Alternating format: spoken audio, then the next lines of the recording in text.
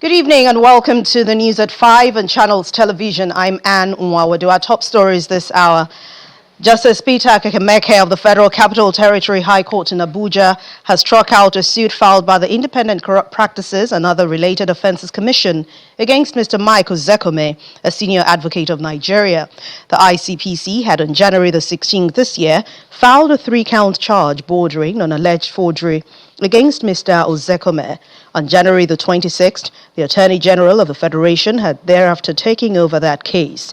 At the last adjourned date, counsel to the AGF, Rotimi Oyedepo, said the case is to be prosecuted with the highest standard of efficiency, effectiveness, diligence, and compliance with due process of law. At the day's proceedings on Tuesday, which was for the arraignment of Mr. Ozekome, Mr. Oyedepo, however, moved an application to withdraw the case. He said the office of the AGF would need time to review and consolidate the issues, which cuts across different investigating agencies, adding that it would help strengthen the case. Consequently, the presiding judge, Kekemeke, struck out that case.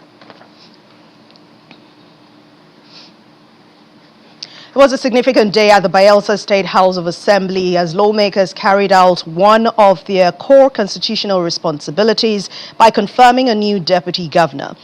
Dr. Peter Akwe appeared before the Assembly during plenary, where his nomination was formally considered. After deliberations, lawmakers gave their approval, describing the screening process as smooth and in line with constitutional provisions. The session held at the Assembly complex in Yenagua is part of the legal procedure required after nomination by the state governor. Moments after his confirmation, Dr. Akwe took a respectful bow before the lawmakers, which is a traditional gesture signaling appreciation and readiness to serve. He later made his way to the government house for a formal meeting with the governor. Speaking briefly with journalists, the newly confirmed deputy governor expressed gratitude and pledged his commitment to the task ahead. To other stories, President Bola Tinubu has commended state governors for their efforts and various outreaches carried out during the holy season, even as he asked them to do more for the people. The president hosted the governors at the aftermath breaking of the fast in the presidential villa, Abuja, as Muslims observed Ramadan and Christians observed Lent. In his remarks, President Tinubu reaffirmed his determination to reposition Nigeria, assuring the governors that with unity of purpose and collaboration between the federal and state governments, Nigeria's best days are still ahead. To all of you, I'm very, very grateful because we've seen progress. We've seen commitment to duty. But please, I appeal again, let's go further to embrace the downtrodden, the young ones, and all the supporters. We all encompass it, and let's spread the development opportunity across to the grassroots. As long as we brace together and we move together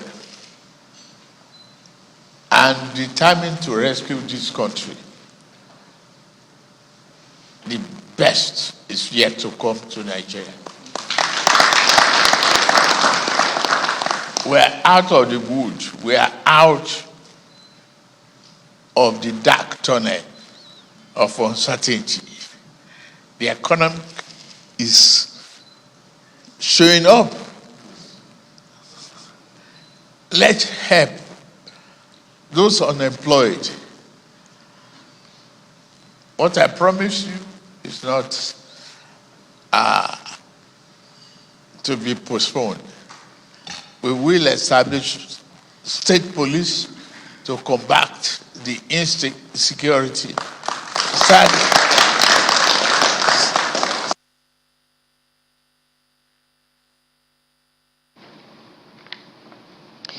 members of the Imo Progressive Union IPU have continued to react to the 6-year anniversary of Governor Hope Uzodimma's administration, presenting a communique at the union's 4th National Executive meeting in Owerri, the Imo State capital.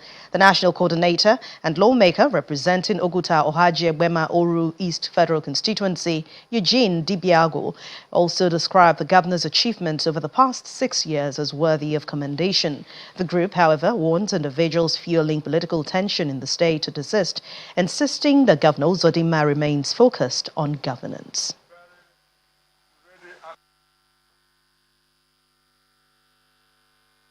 Before convening this 4th NEC meeting, leaders and members of the Imo State Progressives Movement embarked on an extensive and exhaustive project tour across the length and breadth of Imo State, traversing communities in the Owerri, Okiwe, and Olu senatorial zones.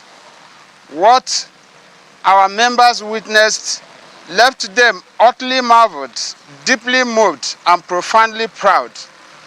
We saw not promises written on paper, but concrete achievements etched permanently.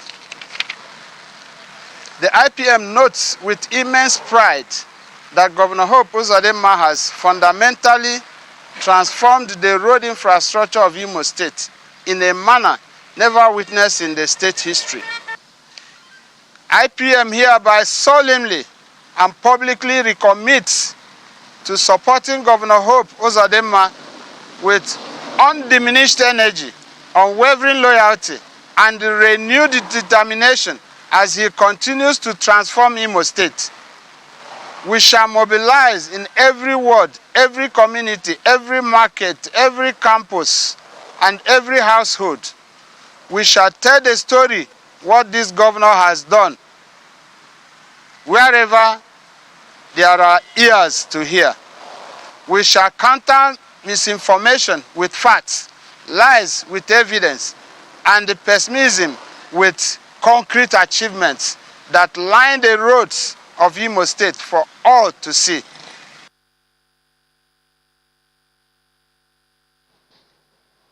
The Senate has called for the provision of special funding for the Federal Ministry of Environment to help tackle erosion, flooding, and other environmental challenges across the country. The chairman of the Senate Committee on Environment, Senator Olubi Ifadeyi, made this call when the ministry officials appeared to defend the 2026 budget of the ministry. Senator Ifadeyi said the funds appropriated annually by the ministry and to its agencies were very inadequate to tackle the environmental issues. The Senate Committee on Environment notes that the funds appropriated annually to the Federal Ministry of Environment and its agencies are very inadequate to tackle the enormous responsibility of environment management, erosion control, environmental health, forest conservation and protection, biosafety, biosecurity mandates, environmental degradation, pollution and remediation, coastal flood mitigation, coupled with significant release of inappropriate funds to effect discharge of the mandates as greatly hindered. Also, good to commend Mr. President on the National Forest Initiative to be coordinated by Ministry of Environment, the State, the DSS, and National Security Advisor for a safer environment. The committee appeals to the President, Commander-in-Chief, President Bola Ahmed Tinubu, GCFR, to approve through the Special Intervention Fund to serve as additional funds to Federal Ministry of Environment and its agencies to enable them to perform optimally. The committee also graciously requests Mr. President to prioritize the Nigerian multilateral environmental obligations, ensure we meet our financial commitments to climate-related organizations. Doing so will unlock international climate finance and strengthen our global partnership. This committee remains committed to ensuring transparency, accountability, and impact-driven projects.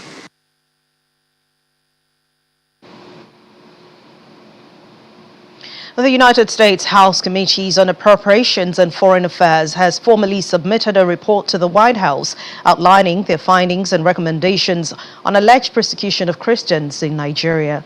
The report recommended sanctions and visa restrictions against individuals and groups responsible for or complicit in religious persecution.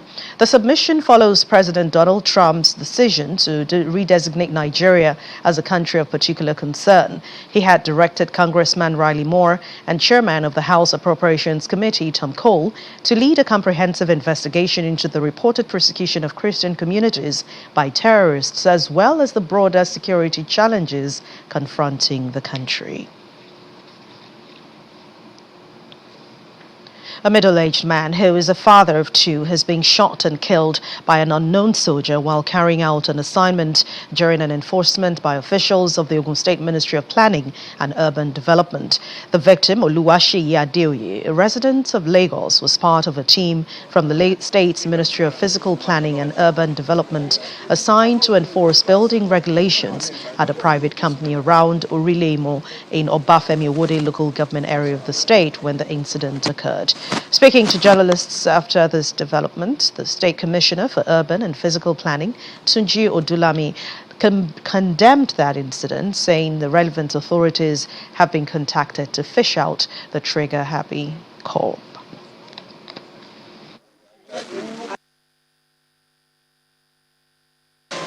In furtherance of our work, we went to one site at Orilemo, to one company there.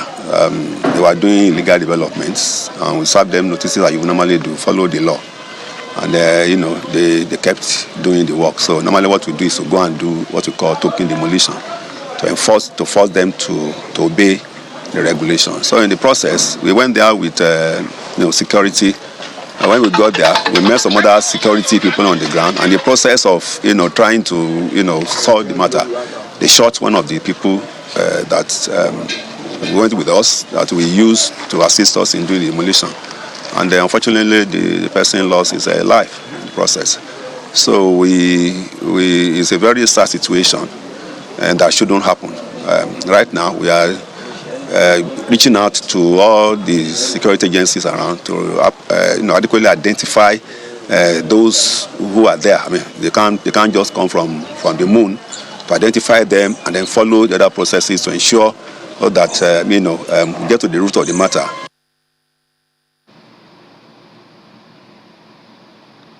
The Medical and Dental Consultants Association of Nigeria of the Chukwuemeka Odumegwu Ojukwu University Teaching Hospital in Awka, Anambra State has hailed the governor, Chukwuma Soludo, for the massive infrastructural development at the teaching hospital. In a solidarity march by the members of the association from the teaching hospital to the lighthouse in Awka, where they went into a private meeting with the chairman, with the state government, who represented the governor, the chairman of the association, Dr. Amechi Nwachukwu, a consultant orthopedic surgeon. While congratulating the governor on his victory during last year's governorship poll, however, appealed to Governor Soludo to address the welfare concerns of the consultants of the teaching hospital.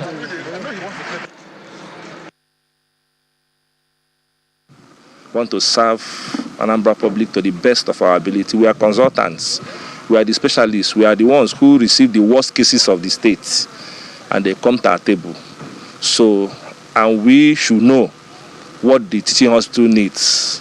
And that is part of the reason we are here, to tell the governor that there are some things that we also need to do in the teaching hospital in order to keep the teaching hospital not running at a very high standard. Our people say that if you do the anatomy, you have to also do the physiology. So the governor has done several beautiful structures in the hospital, which is like anatomy, which is like the body. Part of our request here is now for him to breathe a breath of life into the teaching hospital, so it can now become a very functional teaching hospital. So improvement in welfare package, and recruitment of the very needed staff, consultant staff, specialist staff.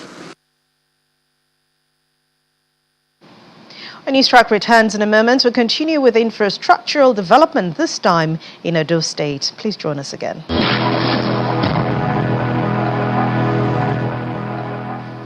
Welcome back. You're still watching the news at 5 on Channels Television. The Minister of the Federal Capital Territory, Mr. Nyesom Wike, has commended Governor Monday Okpeholo of Edo State for his efforts in developing the state, especially in areas of infrastructure less than 2 years in office. The minister disclosed this at his speech as a special guest of honor at the official handover of 54 construction equipment to local government councils by Governor Okpeholo in Benin City, the Edo State capital. Governor Okpeholo at that event, prior to the commissioning by Nyesom Wike, advised local government chairmen to ensure proper use of machines to benefit grassroots communities that have long been clamoring for development in the areas. Our correspondent Jessica Loboshere reports.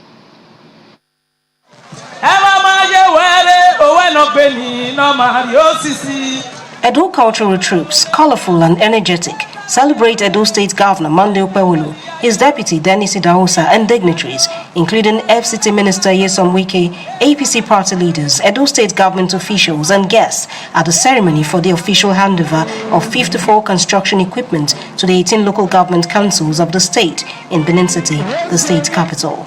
The various construction equipment before you today is soon to be formally handed over to the local government authorities who are bought by the local government councils with local government funds for the benefit of their local communities. This act in itself is a pure demonstration of practical governance, the bringing of development, developmental progress to the grassroots. The chairman of the Association of Local Government Chairmen Edo State, on behalf of his colleagues, applauds the governor for the gesture. We are all witnessing what is called practical governance under our heavily made governor, a man who God has personally sent to the people of Edo State to liberate us in all angles. Our governor, we are not going to say so much because you are a governor that have taught us we must let you talk less and let our actions speak for us. Governor Okpeholo in his speech says the equipment in the hands of the local governments themselves is certain to bring development closer to them. He, however, wants them to ensure proper utilization of the items. Our local government chairman, these equipment are for the development of our communities. It's not for personal use. Take good care of it. Let me specially advise the local government chairman, because I will visit the interior part of your communities. I want to see road. I want to see what? Road. I will come unannounced to you. I won't tell you that I'm coming. I want to know whether you are working or not with these producers. The FCT Minister Nyesom Wike, who is the guest of honor at the ceremony, commends Governor Okpeholo's focus and commitments to grassroots development and advised the chairman to serve their people well. This is not for hiring. It is for you to go and grade roads. Make sure sanitation is carried out. Make sure that roads are motorable. It is very, very important. As chairman of local government, I was the first that constructed asphalted road. So you can also do the same thing. Mr. Governor, I'm not surprised because immediately you were elected, some people would have gone on holiday, but you said no, the work starts immediately. I've been watching you from far.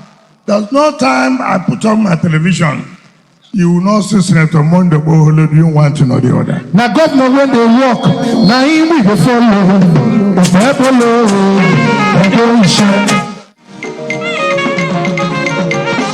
With the speeches over, the event reaches its highlight with the ribbon cutting ceremony. Jessica Lubusere, Channels Television News. And to her story now, President Bola Tinubu has approved the appointment of AIG Tunji Disu to serve as the Acting Inspector General of Police. According to a statement by Special Advisor to the President on Information and Strategy, Mr. Bayo Nonuga, The appointment takes immediate effect. Mr. Tunji Disu is a career officer with more than 3 decades of service in the Nigeria Police Force. Born on April the 13th, 1966 in Lagos Island in Lagos State, he joined the police force on May the 18th, 1992 and has risen steadily through the ranks. Throughout his career, Mr. Disu has held several high-profile and operational leadership roles. He was commander of the Rapid Response Squad in Lagos, where he led proactive crime-fighting initiatives and later became head of the intelligence response team, filling the vacancy left by the suspension of Abba Kyari. Mr. Disu has also served as Commissioner of Police in Rivers State and in the Federal Capital Territory, Abuja, overseeing law enforcement and public safety in the nation's capital. He served as Assistant Inspector General of Police in charge of the Force Criminal Investigation Department's annex in Alagbon, Lagos, where he strengthened investigative capacity and promoted professionalism.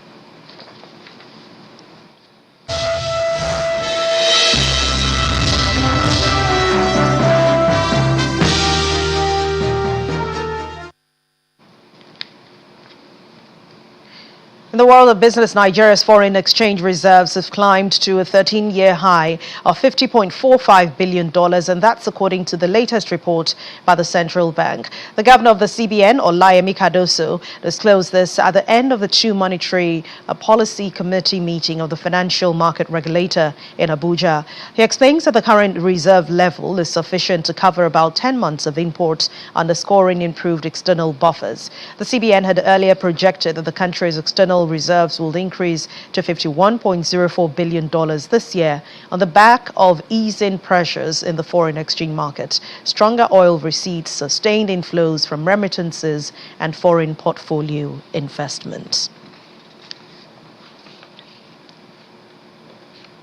Meanwhile, reactions are trailing the CBN MPC's latest cuts in the benchmark monetary policy rate, which is lower by 50 basis points from the previous 27% rate. Economic and policy think tank, the Center for Promotion of Private Enterprises, the move reflects providing and improving confidence in the economy and a strengthened key macroeconomic fundamentals. In a statement released today by its CEO, Ms. Dr. Muda Yusuf, the CPPE says the decision by the CBN is commendable and reflects a positive shift in economic conditions. However, the think tank says the CBN's attention must now shift to strengthening monetary transmission mechanisms, coordinating effectively with fiscal authorities and addressing persistent core inflation for the new policy to achieve its intended impact.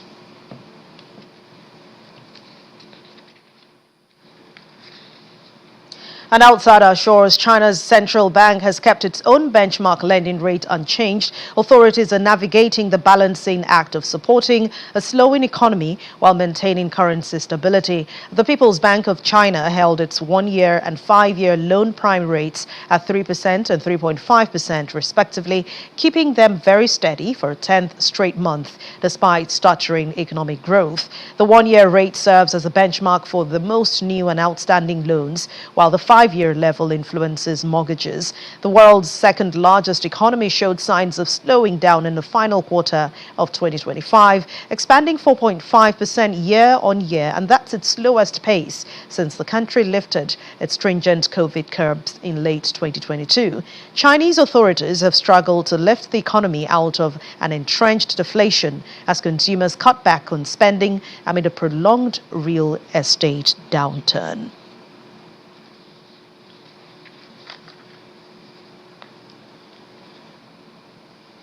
And that's the news at 5 for this evening. Thank you so much for watching. I'm Anne Nwawadu.